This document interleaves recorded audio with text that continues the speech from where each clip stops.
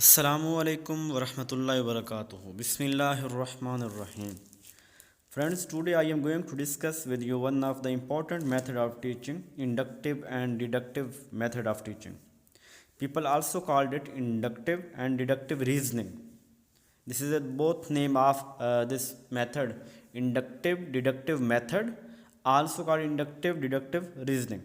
First, I will explain with you what is inductive and deductive method of teaching and difference between them. Let's come to the today agenda. Inductive with deductive method of teaching. In inductive, we go specific to general. Inductive method of teaching में हम specific से general की तरफ जाते हैं और deductive method of teaching में हम जनरल से स्पेसिफिक की तरफ जाते हैं। इन दो वर्ड्स को आपने स्पेसिफिकली याद कर लेना है कि स्टेटमेंट मोस्टली इसी तरह आपसे जो पूछी जाती है, और जब आपसे कहीं इंटरव्यू में ये क्वेश्चन किया जाए, पेपर में आए, तो अगर ये वाला जो है अगर वो सिंपल वर्ड्स में कहे तो वो यही वाली स्टेटमेंट देगा कि इंडक्टिव मेथड ऑफ टीचिंग तो स्पेसिफिक टू जनरल और जनरल टू स्पेसिफिक। तो आपको पता होना चाहिए कि इंडक्टिव जो होता है वो स्पेसिफिक से जनरल होता है और डिडक्टिव जो होता है वो जनरल टू स्पेसिफिक होता है। अब क्या मतलब इसका इंडक्टिव और deductive specific to general? Inductive जो है, जब हम इंडक्टिव मेथड ऑफ टीचिंग से पढ़ा रहे होते हैं तो हम जब कोई टॉपिक पढ़ा रहे होते हैं, हम उसकी एग्जांपल्स जो हैं वो पहले बयान करते हैं और बाद में उसकी डेफिनेशन और असल जो जनरल चीज़ होती है वो हम उसकी तरफ बाद में आते हैं। और जब हम डिडक्टिव की तरफ आ रहे होते हैं तो डिडक्टिव में क्या करते हैं कि हम पहले जो है वो रूल्स यानी कि वो जो डेफिनेशन है वो बताते हैं और उसकी एक्सप्लेनेशन जो है, जो उसके एग्जांपल्स हैं वो बाद में बताते हैं। तो ये वाली चीज़ है स्पेसिफिक टू जनरल और general to specific. Inductive method of teaching में हम पहले जो हैं वो कंसेप्ट दे रहे होते हैं और बाद में जो है रूल्स बाद में बता रहे होते हैं। यानी जो एक बच्चे को एक हम जो कंसेप्ट उसके अंदर इंडल्ज कर रहे हैं वो पहले कर रहे होते हैं और बाद में उसको जो है ना वो मेन एजेंडा की तरह, जैसे आप मैथ की एक्सरसाइज पढ़ाते हैं तो मैथ की एक्सरसाइज में आप पहले एग्जाम्पल, पहले उसके जो है ना वो किस तरह हम लेके चलेंगे वो चीज़ें पहले बताते हैं और फिर क्वेश्चन की तरफ आते हैं। इसी तरह डिडक्टिव जो है उसमें क्या कर रहे होते हैं कि हम पहले जो है ना रूल्स बता रहे होते हैं, पहले डायरेक्ट क्वेश्चन पे आ रहे होते हैं और क्वेश्चन को लेके फिर हम उसकी जो एग्जांपल की तरफ चलते हैं।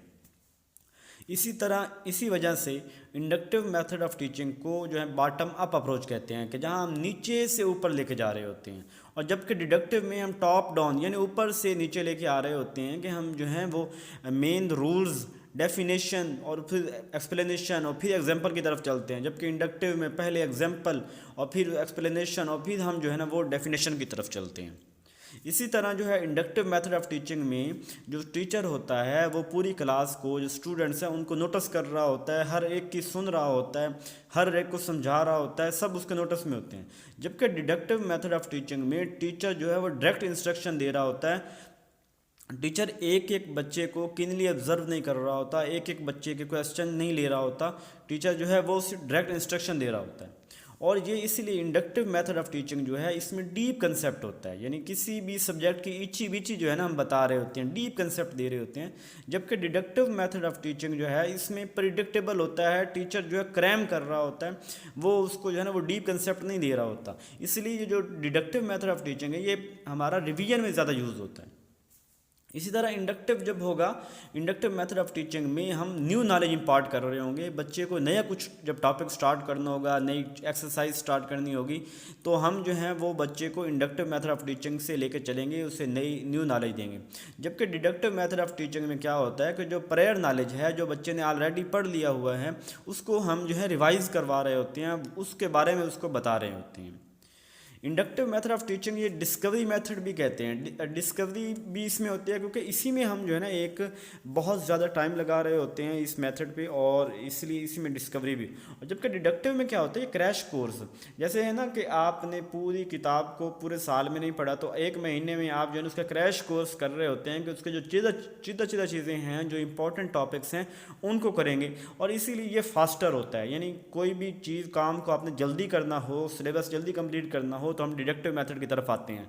और इसके लिए हमारे पास जब शार्ट टाइम हो तब भी हम ये डिडक्टिव यानी तीन चीज़ें कि ये क्रैश कोर्स, और इसको जब हमने फास्टर लेके चलना हो, जब हमारे पास शॉर्ट टाइम हो तो तब हम डिडक्टिव मेथड ऑफ टीचिंग की तरफ आते हैं, और जब हमारे पास टाइम ज़्यादा हो, हमने जो है ना चीज़ को डिटेल से बताना हो और शुरू से पढ़ाना हो, तो तब हम जो है इंडक्टिव मेथड ऑफ टीचिंग की तरफ आते हैं। इसमें इंडक्टिव मेथड ऑफ टीचिंग में जो है वो जो स्टूडेंट्स हैं वो first hand knowledge and observe के बच्चों को उसके बारे में पहले कम ही पता होता है, और उसको शुरू से बच्चे को उसकी बेस बना के उसको शुरू से लेके आगे चला जाता है। जबकि डिडक्टिव मेथड ऑफ टीचिंग में उसकी वेरिफिकेशन हो, यानी बच्चा ऑलरेडी जानता है और टीचर रिवाइज कर रहा है, तो बच्चे को वो जो पुराना नॉलेज था उसकी जो है वो वेरिफिकेशन हो रही है कि यस मैंने ये पढ़ा हुआ है और मुझे आता है, यानी वो टीचर इंस्ट्रक्शन दे रहा होता है वहाँ पे, और ये बच्चे के जो है क्वेश्चन और बच्चे को जो है ना ये नहीं समझा या उसने समझा ये चीज़ें नहीं देख रहा होता। इंडक्टिव मेथड ऑफ टीचिंग में फुल एक्टिविटी होती है, यानी टीचर ज़हरी बात है टाइम भी है, शुरू से जो है ना वो टीचर एग्जांपल्स भी, एक्सप्लेनेशन भी, डेफिनेशन भी, टीचर एक न्यू नॉलेज को जो है ना उसके बच्चे के अंदर इम्पार्ट कर रहे हैं, तो वो जो है ना बच्चा जो है वो नॉलेज को तभी लेगा कि बच्चा उसको जो है ना बैक पे उसकी एक्टिविटी भी करेगा, तो ये फुल एक्टिविटी मेथड होता है। जबकि डिडक्टिव मेथड ऑफ टीचिंग में जो है टीचर जो चाइल्ड है वो रेडीमेड नॉलेज लेता है, जैसे टीचर ने क्रैम करके नोट्स दे दिए, उनको रिवाइज करवा दिया, टीचर ने जो है मतलब जल्दी से कुछ ऐसा दिया जो उससे जल्दी याद हो जाए, टाइम भी बच जाए, और इससे क्विक डिपेंडेंट लेस इसमें एक्टिविटी क्या होती है, लेस होती है। इसलिए इंडक्टिव जो है वो मेथड को अपवर्ड प्रोसेस कहते हैं और डिडक्टिव मेथड को डाउनवर्ड प्रोसेस भी कहते हैं।